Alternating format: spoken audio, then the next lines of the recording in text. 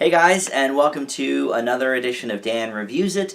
This time, I'm going to talk about Snatched, the new Amy Schumer film, along with Goldie Hawn, her big return to the big screen after 15 years, and her movie The Banger Sisters, which, as an aside, I recommend. I saw it years ago, and it was very funny.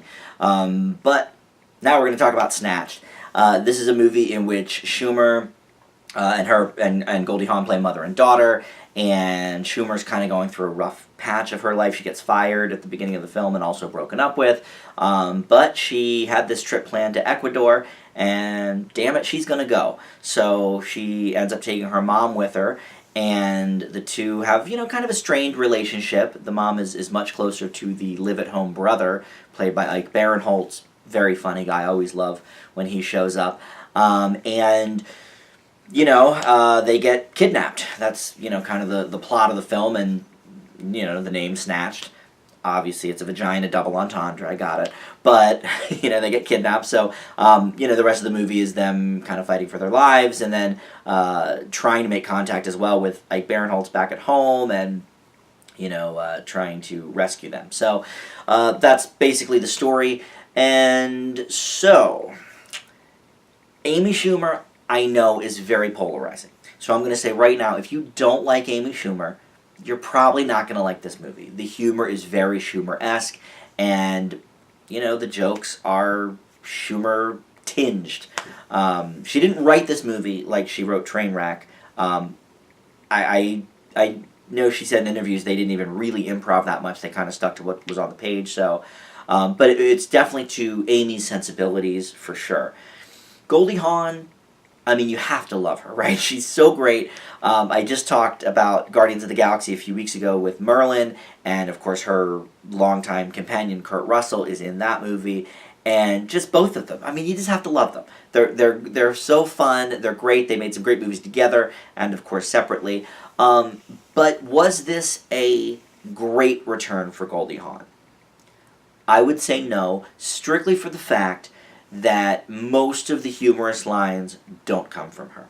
Schumer gets a lot, Ike Barinholtz gets some, there's a government agent from the U.S. Embassy, I guess, and he gets some laughs as well.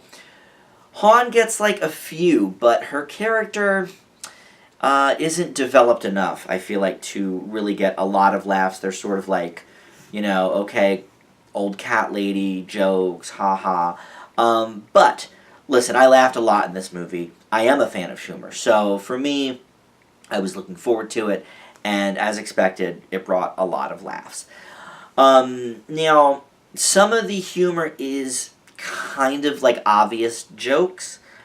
I don't really want to spoil any, so I'm not going to give any examples, but those types of jokes in comedy movies where you can definitely see the punchline coming, and then it comes, and it's like, okay, well, I knew that. Like, they don't even really do it in necessarily a clever way. It's just kind of like, what's going to happen. Here we go. So there was a few of those, and definitely the last third of the movie, I think it kind of loses its way with kind of everything, like the whole kidnapping plot, and then the side story. The funniest part of the last third is Ike Barinholtz and the government agent. They have, a few funny exchanges. But the Hawn and Schumer stuff, maybe not as good in that last part. Other than that, though, it's not nearly as deep as Trainwreck. Trainwreck was such a good movie, and unexpectedly so, because it really took some emotionally serious turns. You don't get that here. We're not reinventing the wheel with this movie.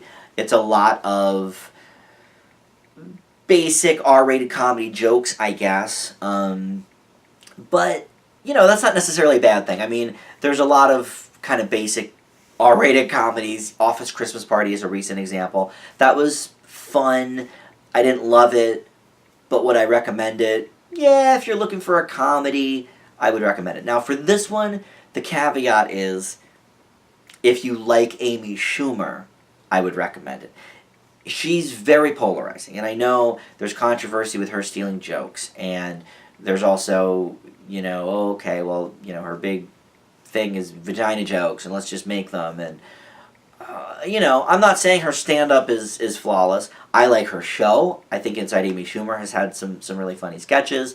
And I think she's funny. Like when I see her come on a talk show or something, I think she's funny. So for me, it was good. But if you don't like her brand of humor, I can't recommend it, because if you go for Goldie Hawn, I don't think you're gonna get what you're looking for. For somebody returning to the big screen after 15 years, personally, I expected her role to be a little bit juicier.